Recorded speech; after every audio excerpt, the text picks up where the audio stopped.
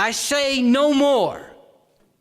No more generations of our youth here and around the world whose life is over, whose fate has been sealed, who have been condemned to an early death or a life of misery and brutality, whom the system has destined for oppression and oblivion even before they are born. I say no more of that.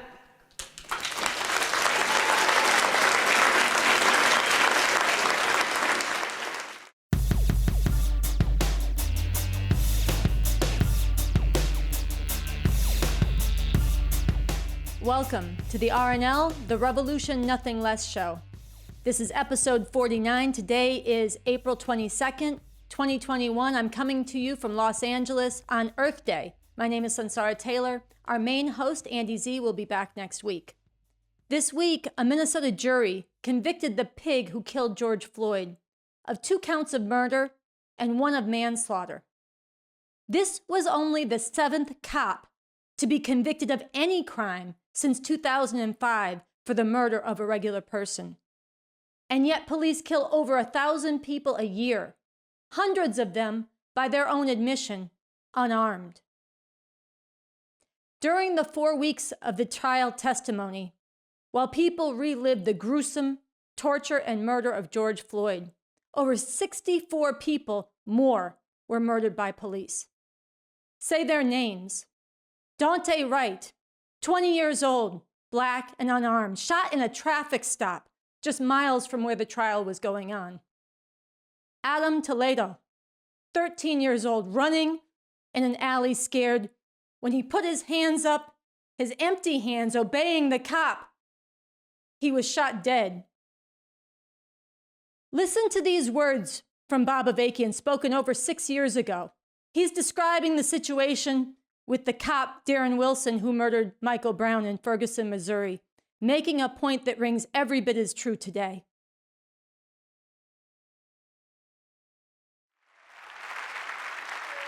Listen to the police and what they tell you. Well, if officer, notice how respectfully he's treated. Officer Wilson. He's a thug, a murderer. Officer Wilson.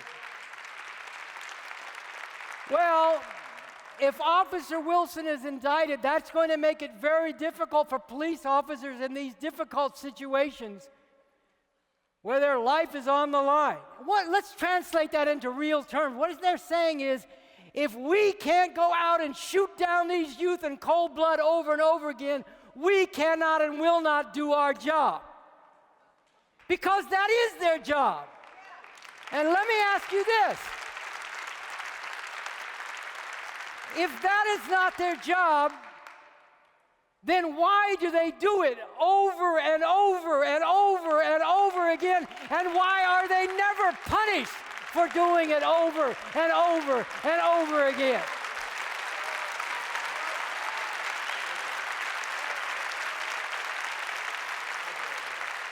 Because this is what this system needs them to do.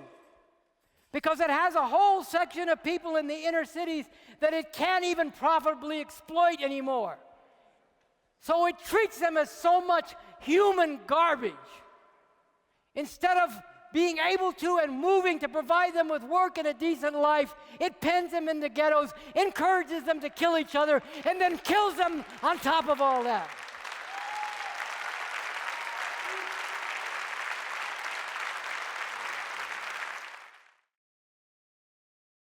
There is more truth in that short clip from BA than in all the endless and frankly worthless talk this week about getting to work on reforms and all the crocodile tears cried by politicians. BA told you why these police kill and why this system needs them to kill. And that is lesson 1. Unless and until this system that rules over us, this system of capitalism-imperialism is overthrown, police in America will continue to kill black and brown and native people over and over and over again. But there is a second lesson as well, one that is equally important. The fact that that cop who killed George Floyd even went on trial is owing to one thing: to the courage of the young teenage girl who captured it on video, and to the courage of all of you, all of us who went into the streets in unity to demand no more. Again, let's listen to the words of Bob Avakian delivered right in the midst of that beautiful rising last summer. This is Bob Avakian speaking. To all those who have risen up so powerfully and are demonstrating to say no more after the murder of George Floyd and all the other cold-blooded murders by police. To all those who have drawn inspiration from this righteous uprising. To all those who have had the blinders forced from their eyes and have been provoked to think anew about what kind of country it is that we live in. This has raised the biggest questions about what is needed for people everywhere to live fully as human beings. An end to institutionalized racism and murder by police, nothing less. An end to any way people anywhere are used, abused, and brutalized, nothing less. We need a world without white supremacy and male supremacy. A world where no one is regarded as alien. A world without war, where people from all over the globe, with a beautiful flowering of diversity, act together for the common good and are truly caretakers of the earth. This is not just a dream. The possibility for this is being powerfully demonstrated in this uprising of the people, of all different races and genders, from all parts of the world, refusing to remain silent or stay passive while all this oppression and brutality goes on. To make all this real, we need revolution, nothing less. A strategic plan for how to make this revolution, and a sweeping vision and concrete blueprint for a radically different and much better world, where all this can become possible, can be found in the work I have done, including the Constitution for the new Socialist Republic in North America. You can learn more about this revolution and become part of making it a reality by going to revcom.us and joining with the Revcoms. We do not need to live in this world where so much of humanity suffers so unnecessarily under this system of capitalism-imperialism that cannot exist without exploiting and degrading people, suffocating their humanity, and killing them without mercy. We can do much better. Don't listen to talk about how it can never happen. Look around you. What seemed impossible yesterday is happening right now. Revolution. Why should we settle for anything less?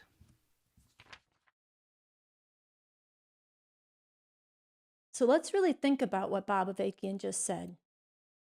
He said, we do not need to live in this world where so much of humanity suffers so unnecessarily under this system of capitalism-imperialism that cannot exist without exploiting and degrading people, suffocating their humanity, and killing them without mercy. We can do much better. Don't listen to talk about how it can never happen. Look around you. What seemed impossible yesterday is happening right now. Revolution. Why should we settle for anything less? So again, this second lesson is this. The people, when they rise up, can exert tremendous power. Power that could be marshaled if you do the work right towards an actual revolution. As we Revcoms say in a declaration, a call to get organized now for a real revolution. Quote, we have seen the potential for revolution powerfully demonstrated just last summer, when millions of people of all races and genders all over this country and all around the world rose up together against racist oppression and police murder. We have seen this potential in the mass outpourings of women and countries all over the world refusing to put up with being abused and degraded. This potential is also revealed in the deep distress being expressed by scientists and millions of ordinary people over the continually worsening climate crisis and the threat this poses to the future of humanity. A crisis this system cannot solve, but can only make worse. But with all of this, right now, only a small number of us have yet recognized the need for this revolution and are acting to make it happen.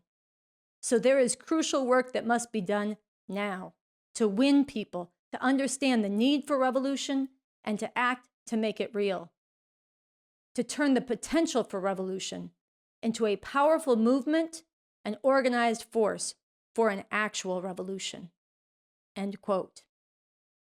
So these two lessons, the unreformability of this system and the potential power of the people to make a real revolution, let these lessons sit with you as we go through this episode today.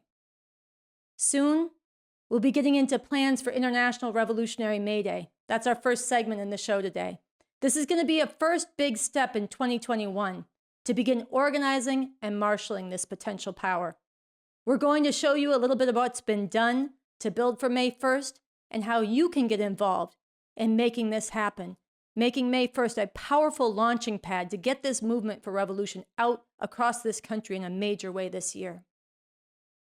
As I mentioned earlier, today is also Earth Day. In the second half of our episode, through a special segment and an interview with Raymond Lotta, we'll get into how the catastrophe facing our planet is driven forward by and cannot be solved under this system. Yet another reason, an urgent reason, we must seize the time now to organize for a real revolution.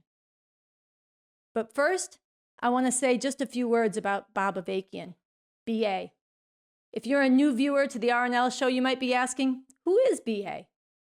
Bob Avakian is a leader like no other in the world today, the most radical and the most scientific. He is someone who will tell you the whole truth, even when it's hard to hear.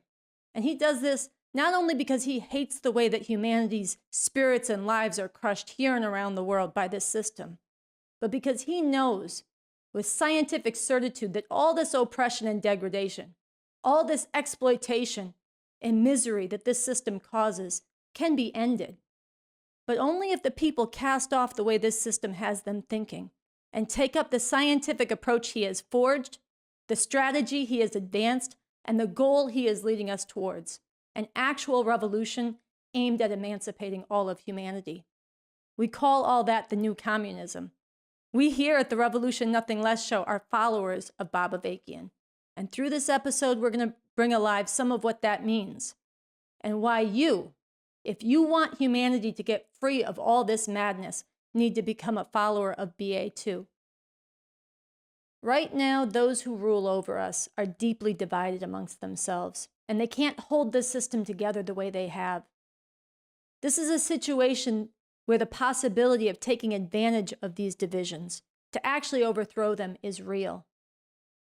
Stakes are incredibly high. A lot bad can come from this. But we are incredibly lucky to have a leader in BA who has shown us how they can be defeated and how we could go forward to build a radically new society on the road to real emancipation, and who is providing leadership right now for how to navigate and seize on this situation.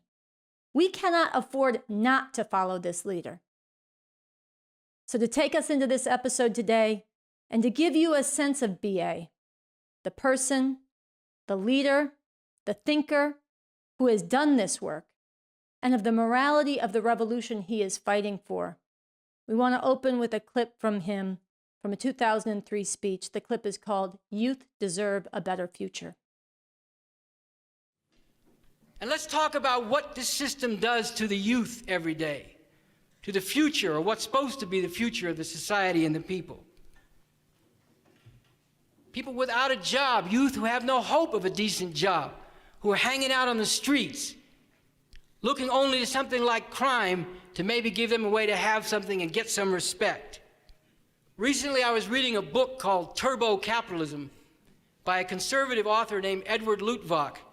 And even though he's a conservative, he made this interesting comment. He said, for millions of youth in the inner cities, even taking into account the chances that you'll get killed at a young age or go to jail for a long time, crime is a rational choice. Now think about what he's saying, this conservative author and analyst. He's saying for these youth, crime makes sense.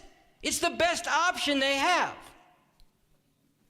And all the time, of course, these same people are preaching to the youth about what terrible things they're doing by doing crime. Well, what kind of system have you got then? If you can say that for millions and millions of youth in the inner city, crime is a rational choice, the best choice they can make under your system. What fucking kind of system have you got then? Over 2 million people are in prison in this country. The majority of them young people, especially black people and Latinos. Again, I say, what kind of country, what kind of system is this where more money is spent on prisons and jails than on education for people in the inner cities? Why? What good reason is there for so many, while they are still young teenagers, to come to the conclusion that they might not live to be 18 or 21 anyway, or if they do, they will be facing a long time in prison?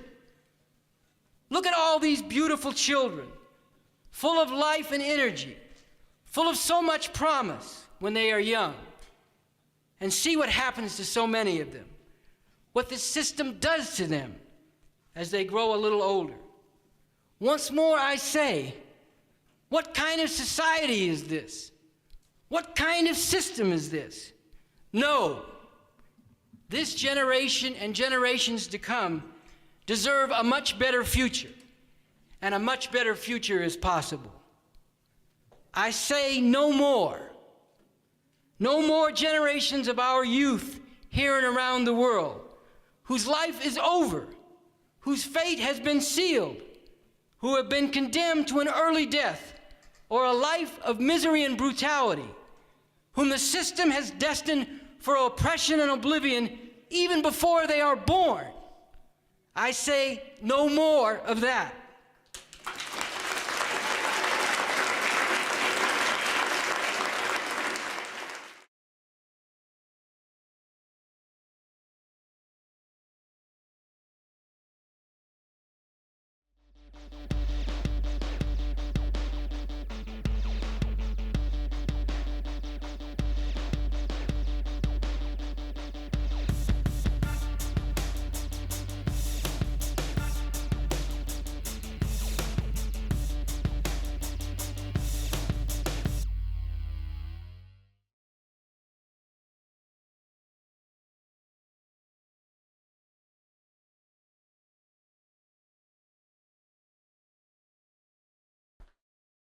From the Revcoms, a declaration, a call to get organized now for a real revolution. Let's get down to basics.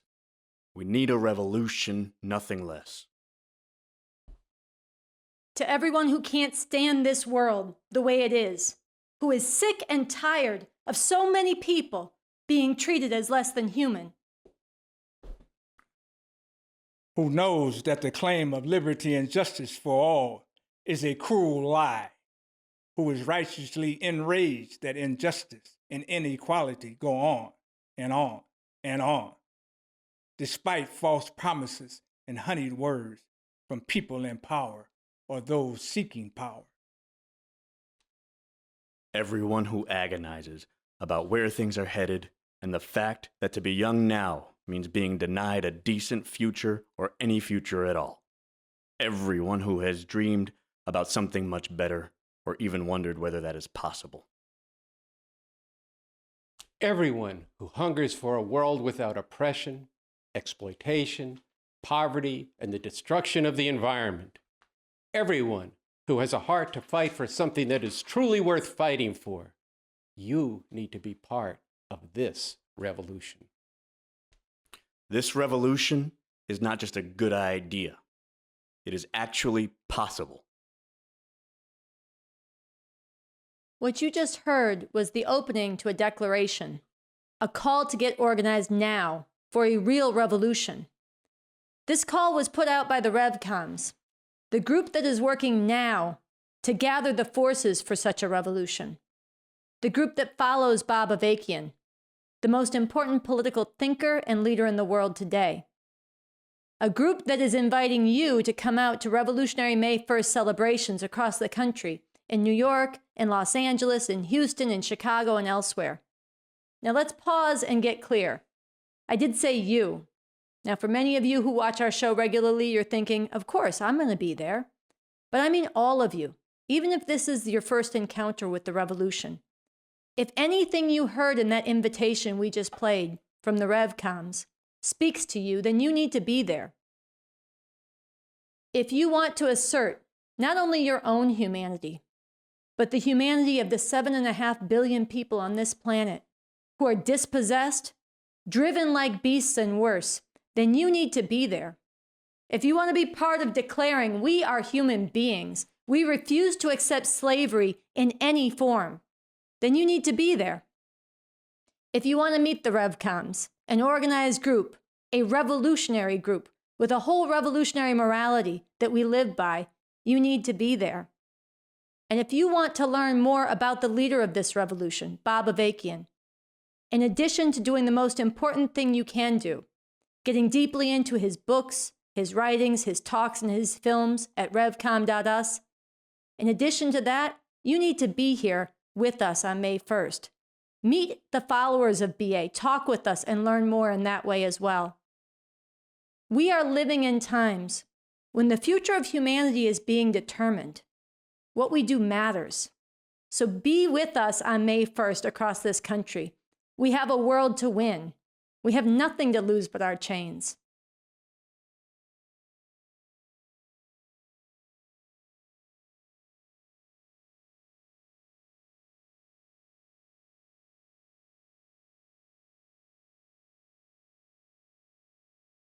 And the Revcoms have been out across the country spreading the word about May 1st, inviting people into these celebrations. So we want to share with you some clips that show some of what we're doing and some of who we're meeting and some of who you will meet if you come out and join us on May 1st.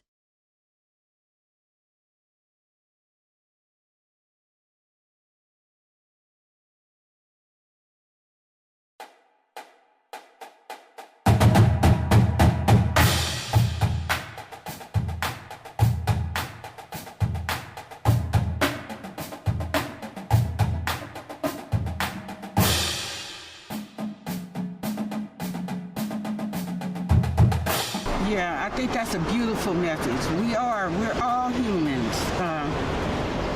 We're all being made slaves to this system. And the system has got its knee on our necks.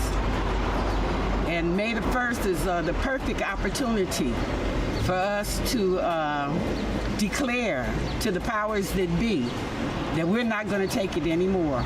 We're not going to sit down. We're not going to be herded like cattle. And we're not going to be murdered by droves. Honestly, the message that y'all speak it speaks to me. We are human beings, and this system does not treat us like human beings.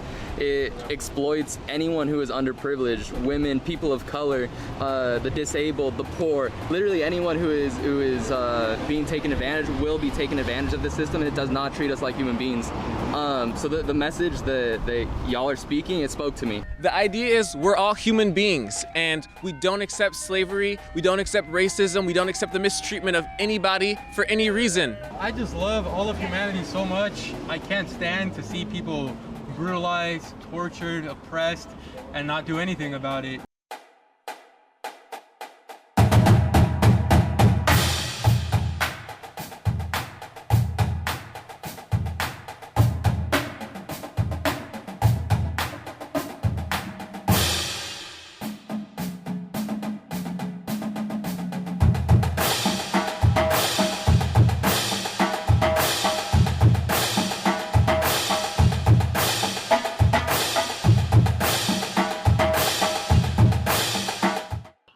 This is Sierra Rios with Training Day.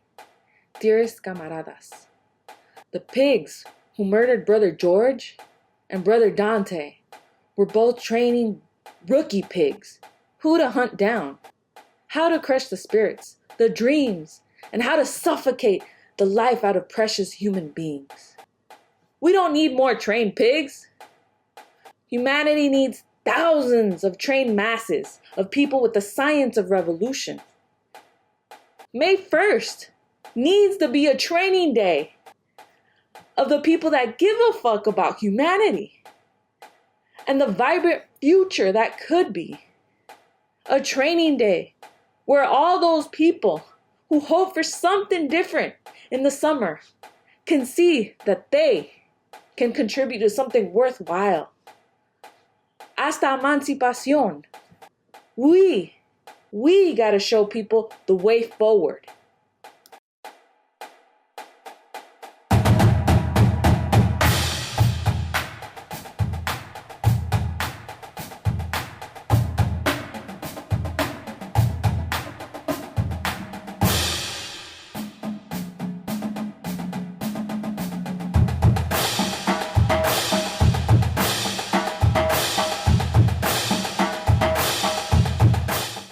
You know, world can change in an instant if you seize that opportunity.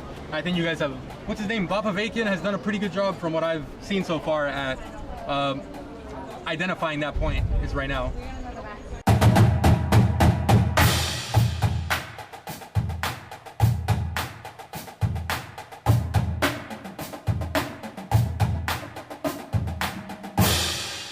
The capitalist system is designed just to eat and just to consume people and to take advantage, and I'm not for that. I want a system that doesn't take advantage of somebody else and doesn't just try to make it so that there's always going to be suffering people. And at this point too, I'm prepared to, educate myself more and to share that with as many people who want a better system and a better way to take care of themselves and their families and, the world. Because that's really what it's about. It's a whole world system. We want the whole world to feel this way. And I want to be part of a solution for the whole world. This is an event that's extremely important for all of us to get involved with. We all need to be engaged, fighting the system that is oppressing so many of us. Throughout the U.S., throughout the world, keeping us in poverty. We're struggling, we're going to jail, we're not getting the right jobs.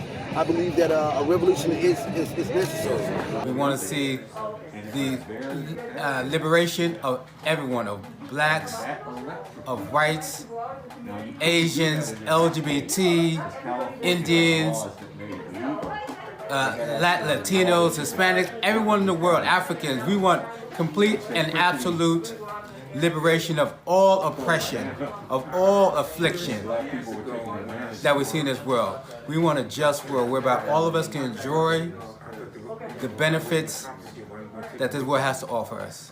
Up to May 1st, what are you going to do to actually bring people to this very important international revolutionary celebration? Well, I'm going to tell everybody I know about this. I'll probably put it on my Instagram, my Twitter, and then anybody who I know lives in the area and I know they can make it, I'll ask them, hey, I'd like if you come to this event and support our revolution. All of my friends who I've been talking with recently, I've been letting them know what I'm going to be doing, and I've been trying to invite them and get them together because at this point, we're all tired of the way that this country treats us. I will definitely be there, and this is the time. This is the time of opportunity. We need to take it.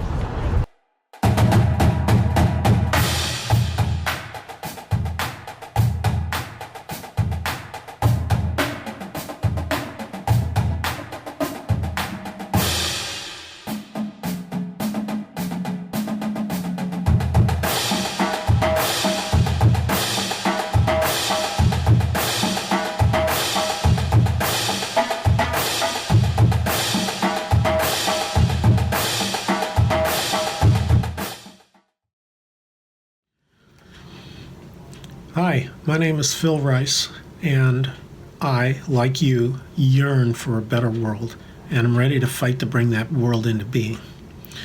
The Declaration is a call to action, but not just any call to action, but a call to get into the revolution and get organized now for a real revolution.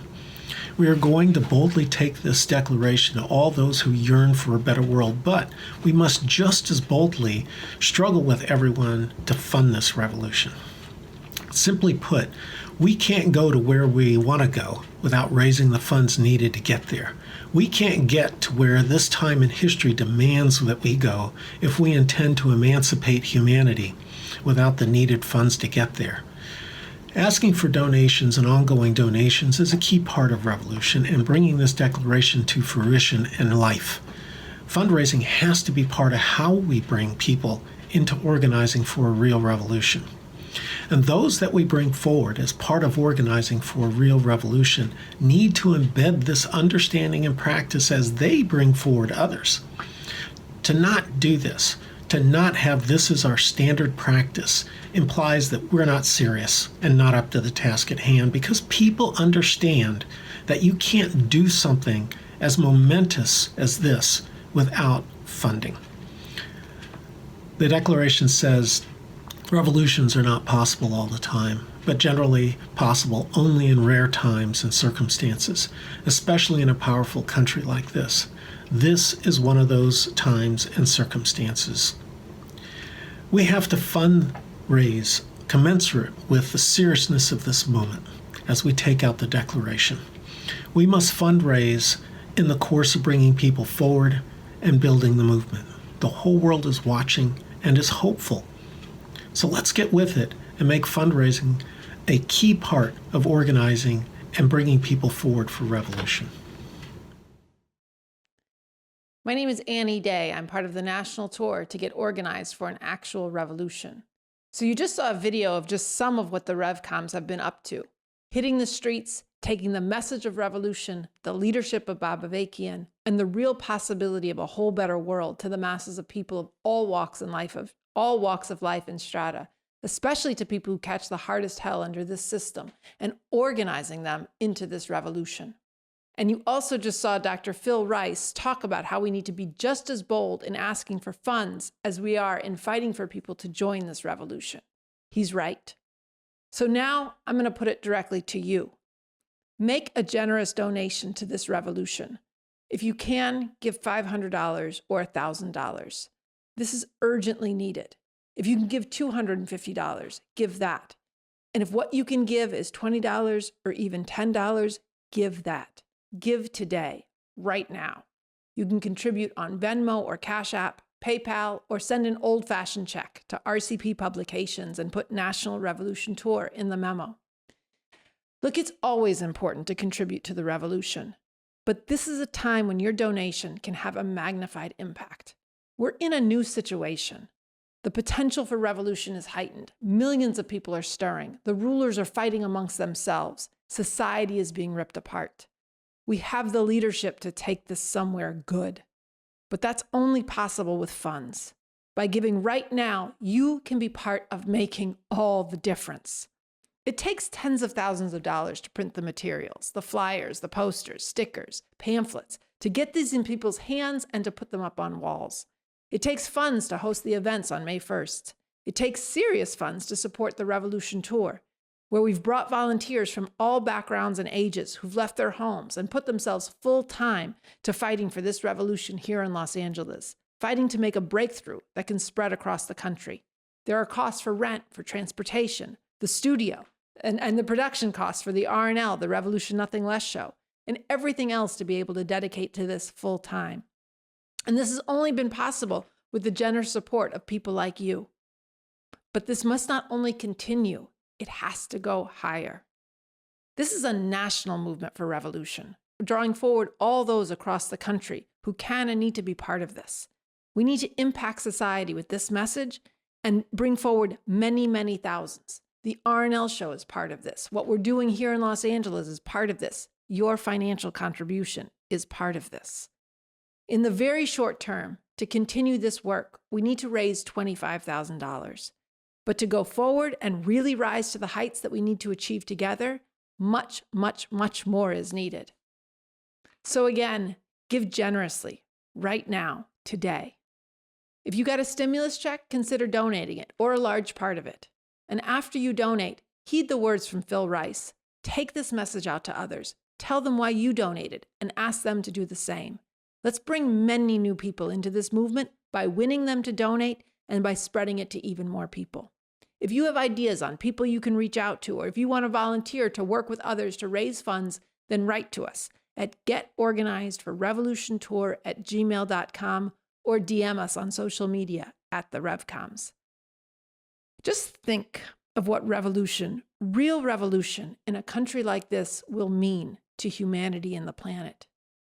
Your contribution to this revolution is a gift to the people of the world, and it's a great way to celebrate Revolutionary May 1st.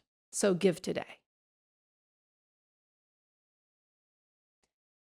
Another invitation before we move forward.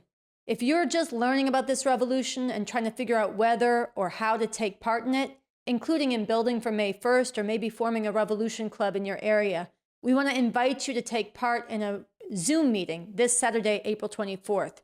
It's taking place at 1 o'clock Eastern, 10 o'clock Pacific, noon Central Time. If you're taking this out to your friends and running into questions that you don't know how to answer, or have questions of your own, bring them onto this Zoom meeting and we'll talk about them. On the screen right now and in the description of this episode, you'll find an email address. Send us an email. Tell us a little bit about yourself, maybe where you're from, how you learned about this revolution, and what is drawing you towards it. And we'll send you back the login information for this meeting this Saturday.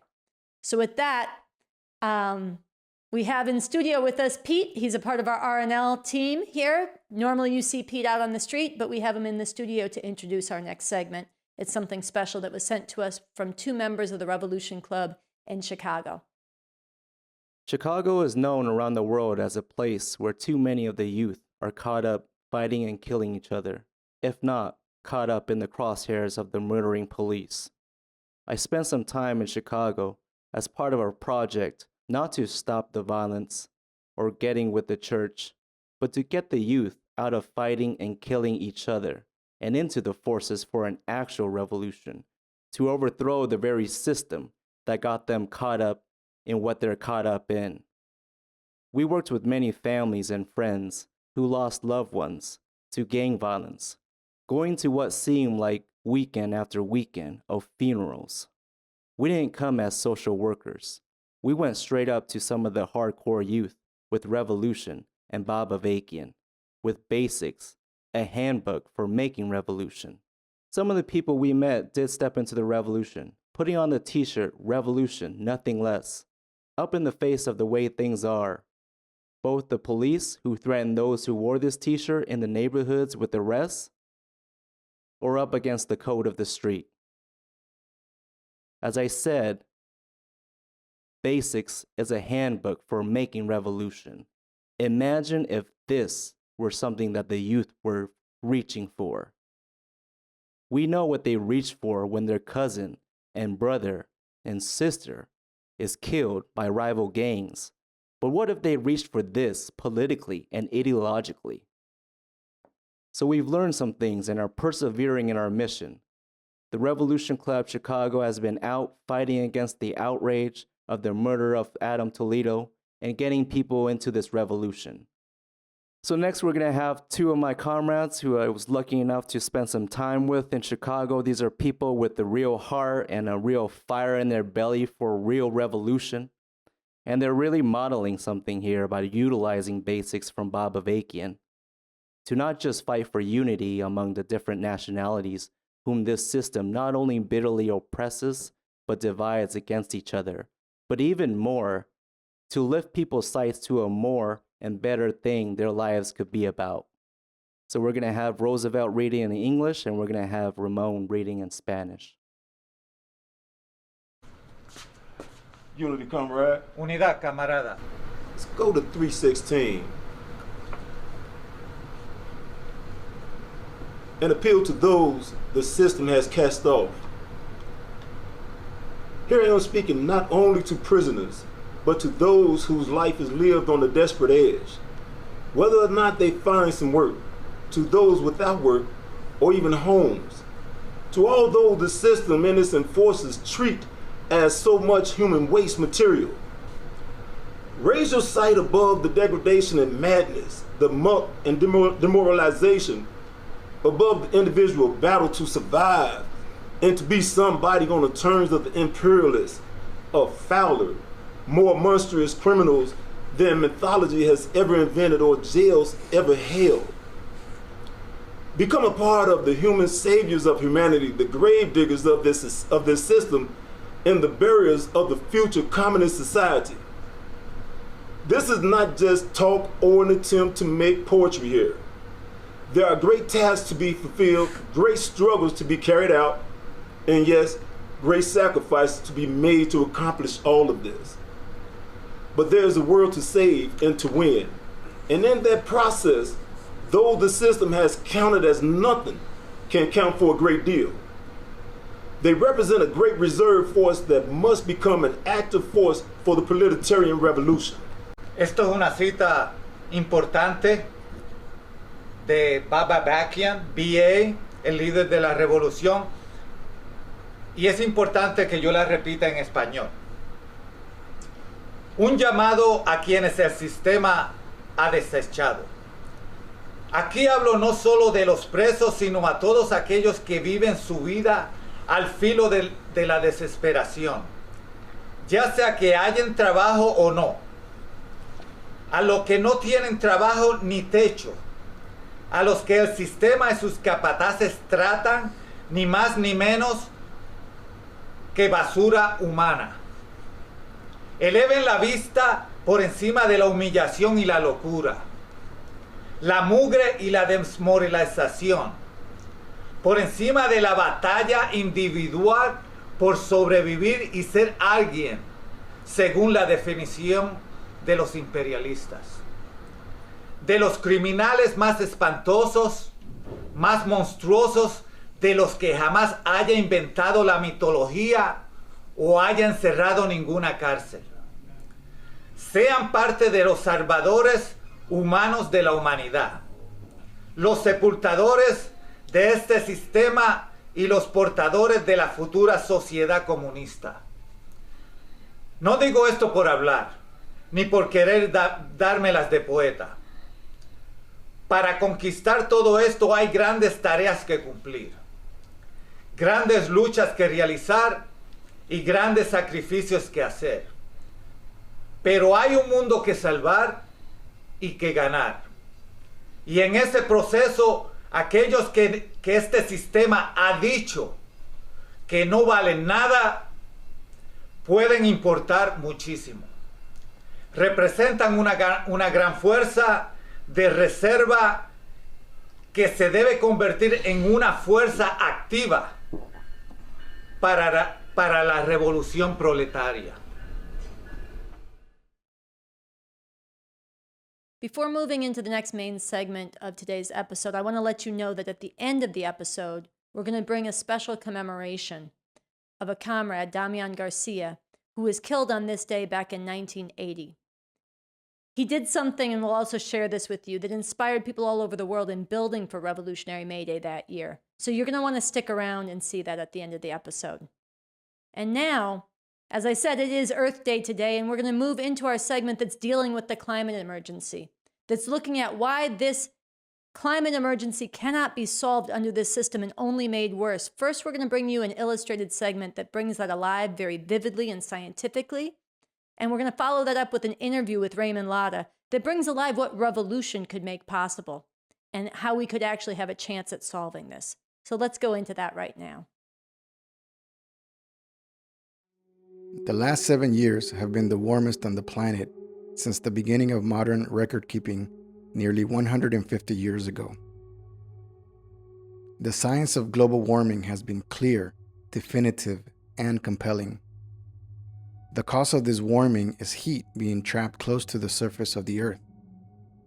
The main reason for this is the massive, large-scale burning of fossil fuels, oil, natural gas, coal, which releases carbon dioxide. This carbon dioxide traps heat and prevents it from leaving the atmosphere. This scientific understanding has been well known and amply documented since 1988. Yet more than half the carbon pumped into the atmosphere since the Industrial Revolution, beginning in the 1700s, has accumulated in the 30 years since this scientific fact was established.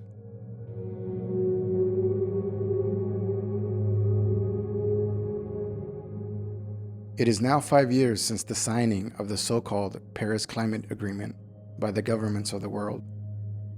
This was supposed to curb carbon emissions and shift away from fossil fuels, even though the goals were meager.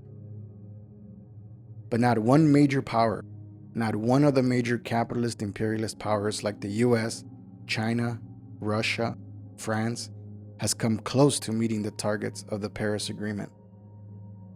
The US is responsible for more of the accumulated carbon in the atmosphere than any other country in the world. Under the liberal Obama administration, the US became the largest oil producer in the world and saw a boom in the extremely destructive practice of natural gas fracking. 4 years of fascist rule saw an all-out effort to remove any and all protections of the water, air, and the earth. All of this with the global warming and that, a lot of it's a hoax. It's a hoax. I mean, it's a money maker. The extraction and burning of fossil fuels were full speed ahead. Here's a basic truth. Fossil fuels are highly profitable.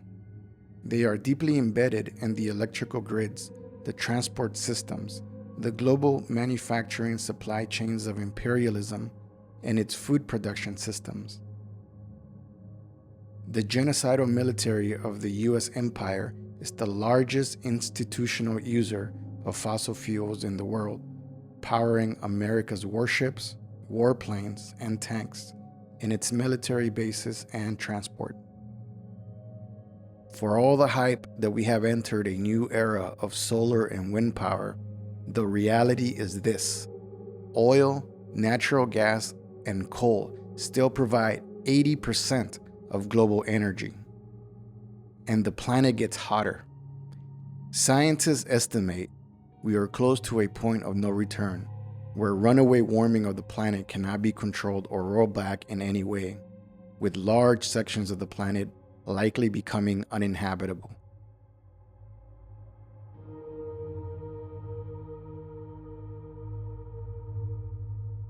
The effects of global warming are accelerating and widening in their devastation, far worse than scientists' early predictions. Arctic sea ice is melting at ever faster rates.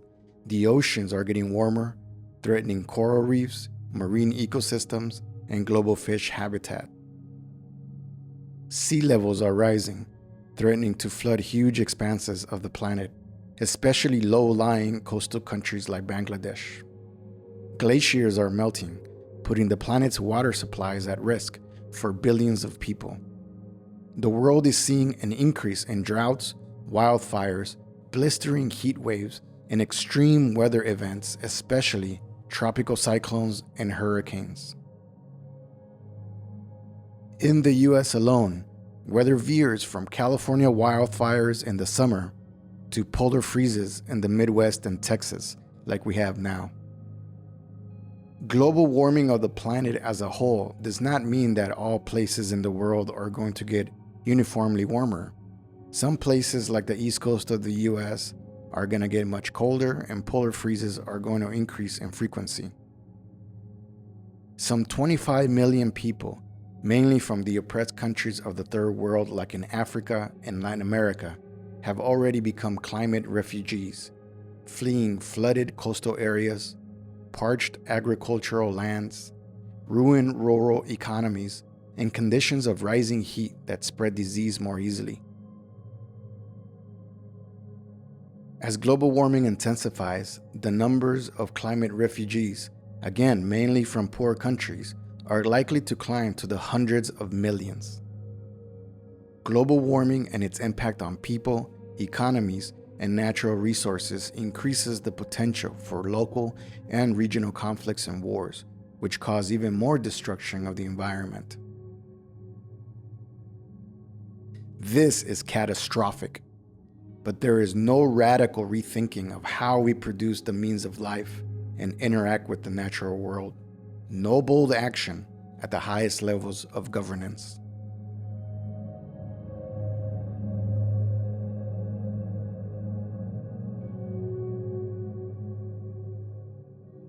To understand why, we have to heed Bob Avakian's call in his New Year's statement for people to take up and apply science, based on evidence going beneath the surface to understand the underlying dynamics and workings of reality. We have to apply science not only to the processes of nature, such as the COVID pandemic and global warming, but to human society as well. Let's apply science towards understanding key features of the system we live under, the capitalist-imperialist system. Under capitalism, what gets produced and how it is produced, whether it's housing, computers, medicine, or energy, is motivated and measured by profit. This profit comes from the exploitation of billions of human beings on this planet. Capitalism has grown, expanded, and prospered by plundering nature as an endless supply of resources to pour into production for profit. Capitalism has grown, expanded, and prospered by turning nature into a cost-free dumping ground for carbon emissions, industrial waste, garbage, and agricultural runoff. The Earth's capacity to withstand this is reaching its limits, but capitalism doesn't care about or respect those limits. Capitalist production is driven forward by the commandment, expand or die. Competition runs through this whole system. The key way individual capitalists gain competitive advantage and get a bigger share of the market than their competitors is to cheapen costs by exploiting people more ruthlessly around the world, with no concern for spending money to protect the environment or the health and safety of the people. Capitalists are compelled to be ruthless because they are in competition with others who will undercut them. And this same competitive dynamic takes place between capitalist imperialist countries. For example, the US has waged wars to maintain its control of the oil-rich Middle East in order to exert control over the world economy. Under this system of capitalism-imperialism, expansion and the quest for greater profitability are not a matter of choice or personal greed. If individual capitalists don't invest and expand and keep accumulating profit and more profit, they can't stay in the game and compete. Capitalism-imperialism does not and cannot interact with the environment in a sustainable and rational way. For example, Apple doesn't weigh the long-term effects of its globally outsourced production of Macs, of iPhones on the environment, like the air pollution its subcontractors in China cause, or the depletion of resources of the planet, or cost to society by the damage done to the health of humanity, like the lung disease children working in cobalt mines in the Congo suffer. Apple's metric is the bottom line of profit. Environmental considerations are an externality and hindrance to this bottom line. Capitalism cannot treat nature or natural resources in a sustainable way or take the long view. There is no society-wide planning for human need and for the protection of the planet. In this light, consider the Biden presidency. Biden, the Democrats, other imperialist world leaders, and corporate CEOs say they are going to cut carbon emissions by 2050. But what they don't say is that their plan to do this depends on technology not yet proven, along with various pricing and tax schemes. And even what they promise is not nearly enough to reverse the climate crisis. This is not the radical and rapid transition away from fossil fuels that is needed. And at this late hour of environmental crisis, for people to pin hopes and pour energies into Biden's environmental program is to do precisely what Bob Avakian warns against in his New Year's statement: to squander time on misdirected activity that only reinforces this system. Here's the stark but liberating truth. We have two choices: to let humanity and the planet hurtle uncontrollably towards environmental disaster and other horrors, or make an actual revolution to overthrow this system and, on the basis of a radically different economy, go to work on addressing this crisis. Obviously, we have only one Earth as a home for humanity. And this climate crisis can only be fundamentally and ultimately addressed on a world scale. But a first great step or leap can be taken by wresting power from the capitalist imperialist system in its most powerful stronghold and making this a source of inspiration and base of support for people around the world in rising up to overthrow and abolish all systems and relations of exploitation, oppression, plunder, and destruction of the environment and of human beings who can only continue to exist and to thrive through a rational and planned interaction with the rest of nature.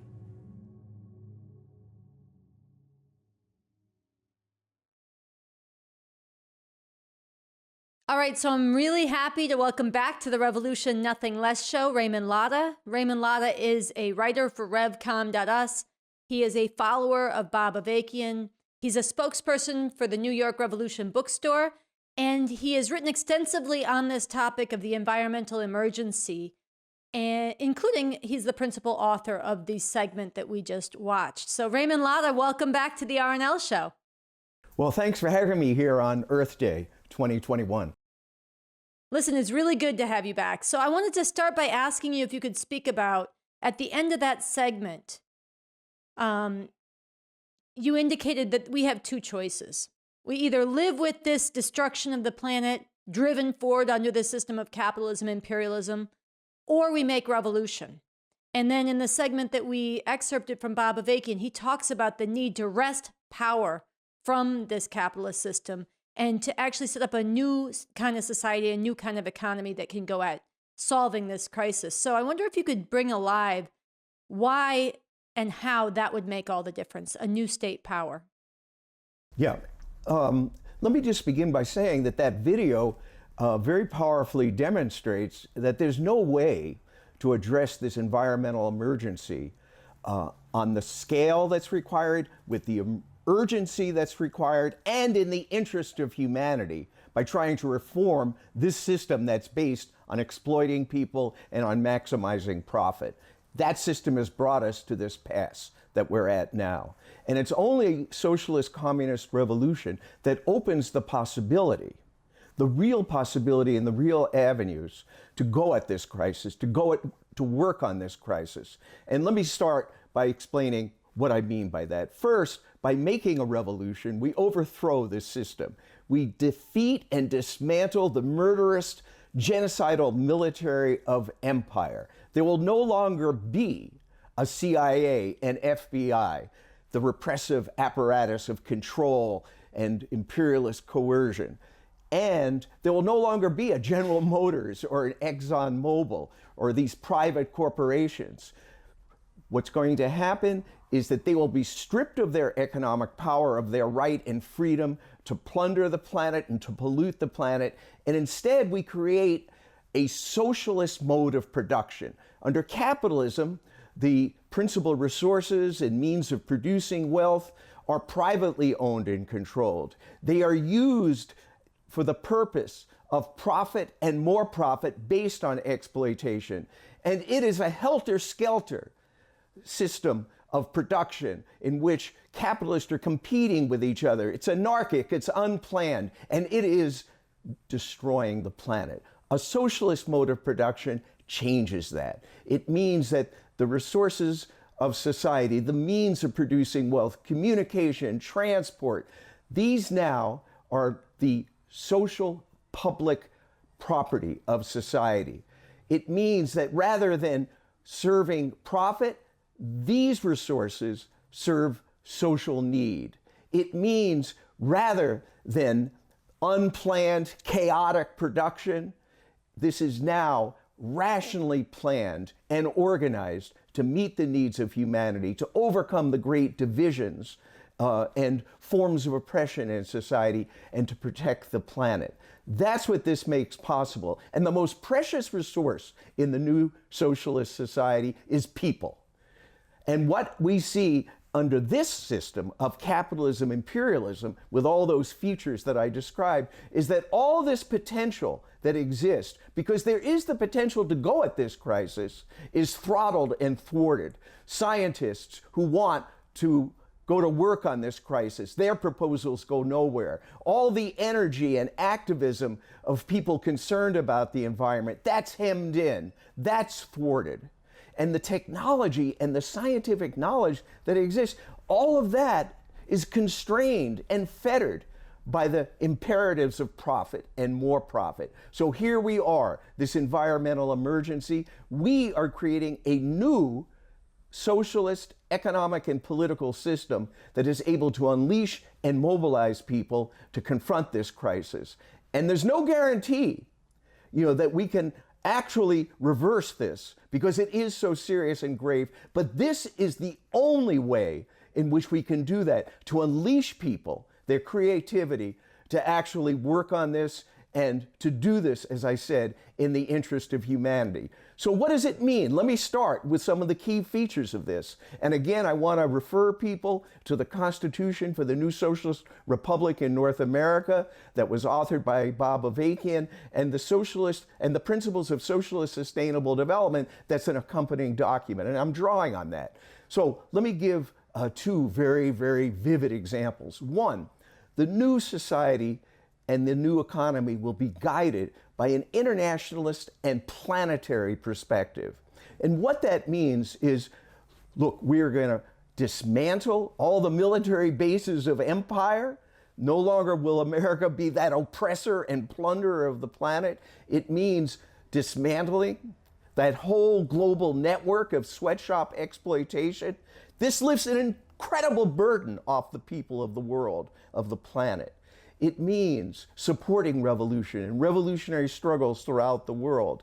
It means sharing the resources and the capabilities of society in order to actually address this crisis on a planetary level. This is what Avakian points out in the end of that segment that we just saw, that there's one Earth. And that Earth is at a tipping point now. So this means cooperating and sharing with the people of the world, learning from the people of the world, going to work on this crisis in all corners of the world.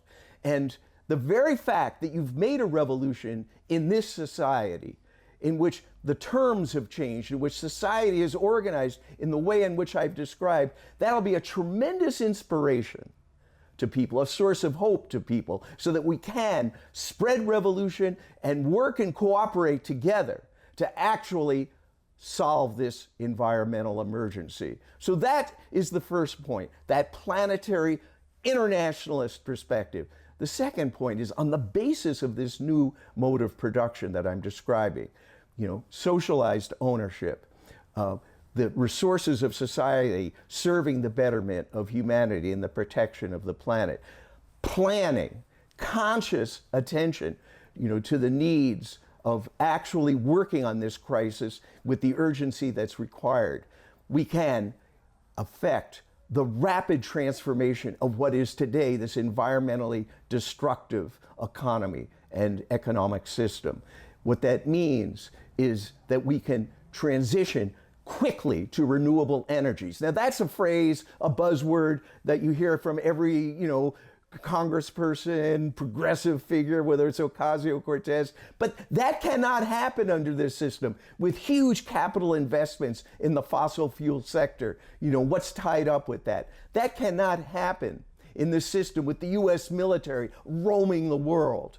That cannot happen in a system in which profit is what sets the terms of things. We can rapidly do that because the resources of society will be serving the needs of humanity and the protection of the planet. We'll have a planned economy that can rapidly shift and allocate resources to where they're needed. And again, the single most important factor in this is people, the scientists, the people in the communities, in the indigenous community, the people with the knowledge, the people with the determination. In this new economic system, this new mode of production, we can unleash all of that and give play to all the creativity and determination that's going to be required.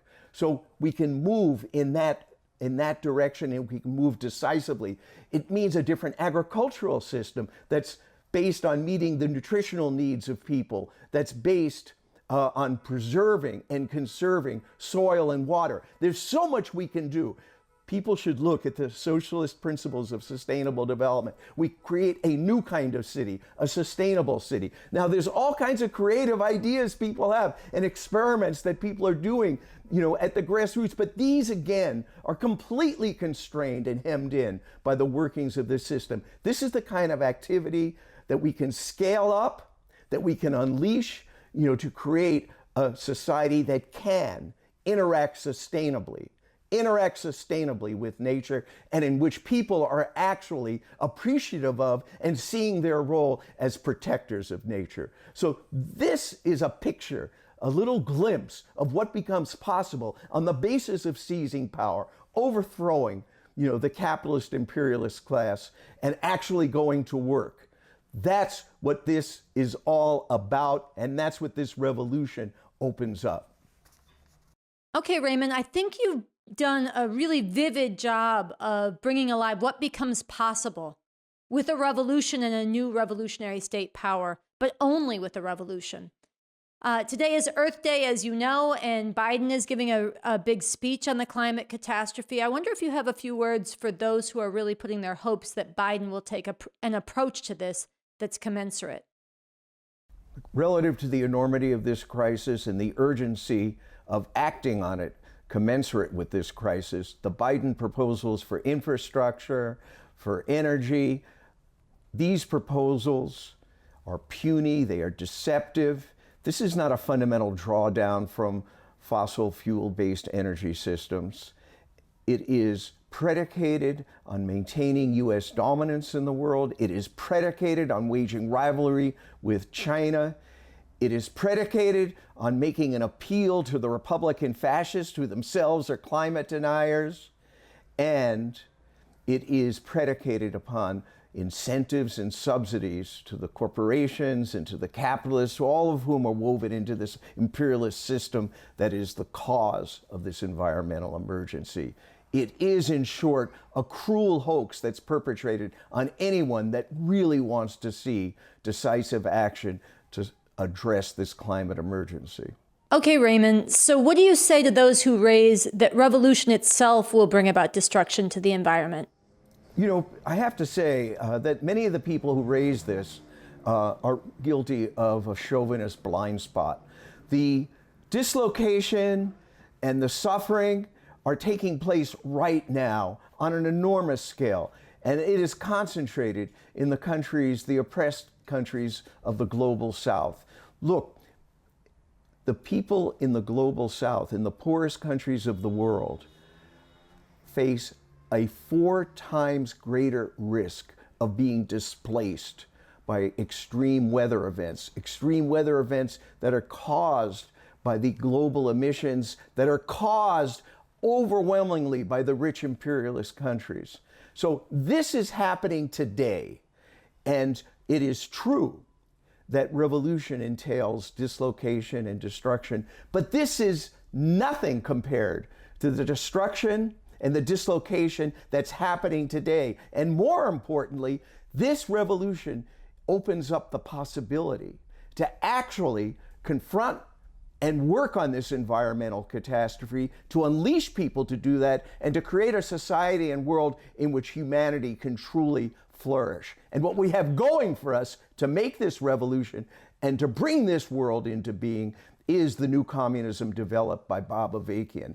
And this is the liberatory and transformative alternative to the horrors of this world. It's the scientific method and approach to understand and change the world. And this is a society and world bristling with discovery, debate, dissent, experimentation that unleashes people so that we can create a society and world in which people would want to live and can live because we can interact with nature in a sustainable way. Raymond Lotta, I want to thank you so much for joining us here once again on the Revolution Nothing Less show. To everybody watching, I want to encourage you very strongly to get into the Constitution for the new Socialist Republic in North America, written by Bob Avakian, that brings alive vividly and concretely the society and the future society Raymond was just speaking about. Raymond, again, thank you for joining us. Thanks for having me on the show today.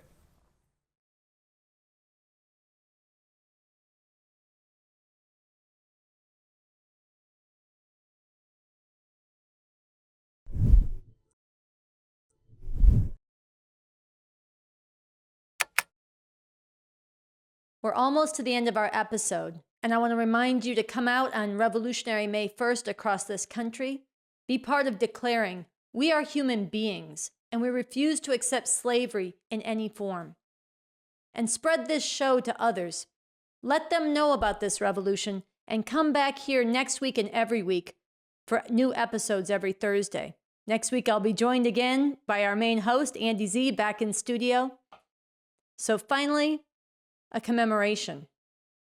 Damian Garcia was a revolutionary communist who, as part of building for May 1st in 1980, went down to Texas, climbed on top of the Alamo, and tore down the hideous U.S. and Texas flags, and instead raised in their place the red flag of revolution, communism, and internationalism. For this, Damian inspired people all over the world, and he also incurred the wrath of the enforcers of this system. Just a few weeks later, when he was building for Revolutionary May 1st in some housing projects in Los Angeles, he was killed. He was killed by someone who shouted, "You hate the government, I am the government. Your flag is red, my flag is red, white, and blue." Bob Avakian writes about this in his memoir, From Ike to Mao and Beyond, and I encourage you to read it. And in his memoir, Avakian also includes a commemorative statement he put out at that time. And we want to play that for you to close out our show. We're going to accompany it with footage of Damian Garcia. So this May 1st, at celebrations everywhere we gather, the cry should go out, Damian Garcia presente.